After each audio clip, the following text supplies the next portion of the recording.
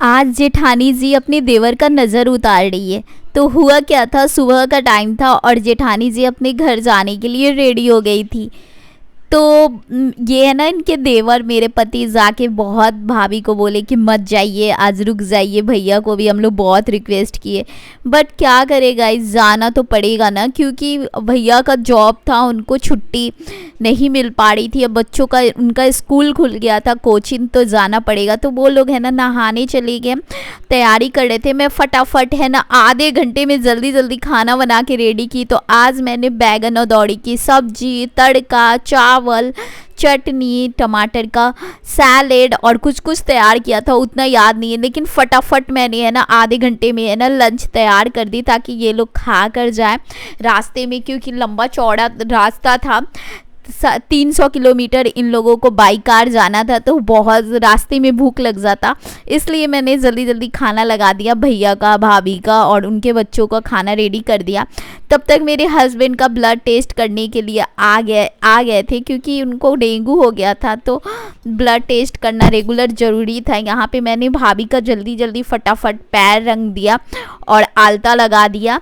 मैंने सोचा कि भाभी को खोइचा भी दे दूँगी, लेकिन भाभी है ना किसी वजह से खोइचा नहीं ले पाई, क्योंकि उनको खोइचा लेने लायक नहीं था पूजा पाठ, तो उन्होंने नहीं लिया। यहाँ पे मैंने भाभी का पैर रंग दिया, नेल रंग दिया, क्योंकि हमारी तरफ है ना कभी भी मैके या ससुराल से विदाई होता है तो पैर रंगते हैं। ये हमारे यहाँ शुभ माना जाता है, सुहाग का निशानी, सिंदूर, पैर रंगना, जिसको जैसे होता है वैसे करता है।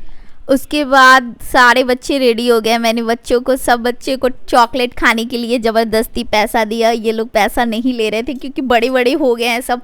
मेरे शादी में थोड़े छोटे थे, लेकिन बच्चे को बढ़ते हुए टाइम नहीं लगते हैं। इनका देवर भी भाभी को प्रणाम किए। उसके बाद भाभी जा ही रही थी, तब तक मैंने भाभी को याद दिलाया कि भाभी देवर का नज़र नहीं उतारेंगी। भाभी बोली कि मेरे देवर को नज़र लग गया है।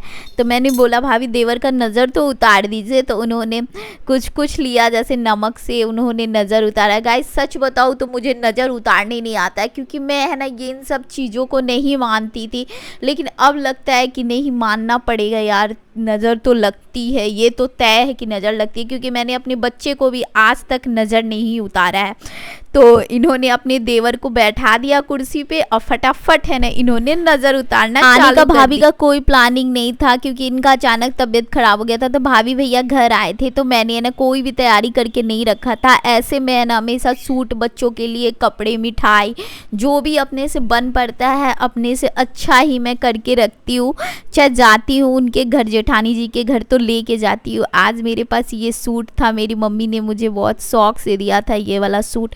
मैंने भाभी को ज़बरदस्ती दिया। विदाई तो बोल रही है, नहीं अंजलि मैं नहीं लूँगी, मैं खुशी से नहीं आई हूँ, ये कोई मौका नहीं है लेने का, क्योंकि देवर जी का तबीयत ख़राब था। तो मैं ज़बरदस्ती ले जाके उनके बैग में सूट डाल दी, क्योंकि भाभी भी देखो यार, जेठानी भी है ना बहन जैसी ही होती है। मैं सोचती हूँ बहन जैसी नहीं, बहन ही होती है, क्योंकि ससुराल में लंबा चौड़ा टाइम जितना तक आपका ज़िंदगी रहेगा सब है ना जेठानी के ही साथ, देवरानी के ही साथ बिताना है। बहन तो ससुराल में होती है ना, जब ससुराल जाएंगे तब मिलेगी ना, जेठानी तो हमेशा रहती है। तो इसलिए मैंने दिया, भाभी के गले लगा। मुझे बहुत रोना आ रहा था, क्योंकि मैं बहुत अंदर से सैड थी। मेरे हस्बैंड का भी तबीयत सही नहीं था, उनको डेंगू हो गया था, तो मैं अंदर से बहुत ज़्यादा उदास रहती थी।